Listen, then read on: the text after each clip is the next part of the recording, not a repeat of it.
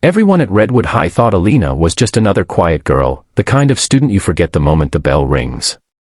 But when a bully's slap echoed through the hallway, no one expected what happened next. Not the teachers. Not the students. Not even Alina. Because that day, she didn't just defend herself, she revealed a side of her no one had seen before, and it changed the school forever. Alina Khan moved like a shadow through the crowded hallways of Redwood High. Books clutched to her chest, head slightly lowered, she walked as if she didn't want to take up space. No friends by her side. No voice echoing in the cafeteria. She was always early to class, always sitting in the back row, always fading into the background.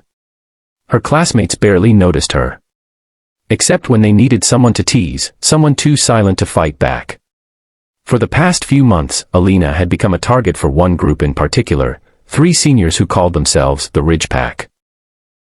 Led by Mason, the football team's aggressive linebacker, they roamed the halls like predators. They laughed loud, threw things at students from behind, and mocked whoever they found weak. Alina became their favorite prey. It started with snide comments about her clothes. "Hey Alina, thrift store threw out again today," Mason would say, grinning while his friends chuckled. Then came the accidental bumps, her books being knocked out of her hands, lunches spilled on purpose. Alina never reacted. Never reported. She just lowered her head and picked up the pieces, literally. The thing no one knew. Alina wasn't weak. She was controlled. Back home, after long school days of silent suffering, she trained. Her mother, a former martial arts instructor from Pakistan, had taught her since she was 5. Taekwondo. Jiu-jitsu. Self-discipline. Respect. Restraint. Violence is never your first answer, her mother always said. But when there is no choice left, you defend. So Alina trained. Not for revenge. Not for showing off. Just so that when the moment came, she'd be ready. One chilly Thursday morning, that moment arrived. The hallways buzzed with voices and laughter. The second period bell had just rung. Alina turned a corner, headed toward her locker, and there he stood, Mason, waiting, arms crossed, grin wide. "Hey, quiet girl," he said, stepping into her path. "You deaf or just stuck up?" I said, "Good morning." Alina looked up, her brown eyes calm but tired. "I heard you," she said softly. That answer alone seemed to trigger something in Mason. Maybe it was the fact she dared to respond. Maybe his ego needed to crush her completely. "Smart mouth," he sneered. Then, slap. His hand struck her face. Hard. Echoed in the hall. Books fell. Her lips split. A gasp rose from a few students nearby, frozen, watching, and Alina just blinked. No tears. No panic. Just one deep breath. Then she moved. With a swiftness that felt unreal, Alina twisted Mason's wrist before he could pull it back. A sharp pivot of her foot.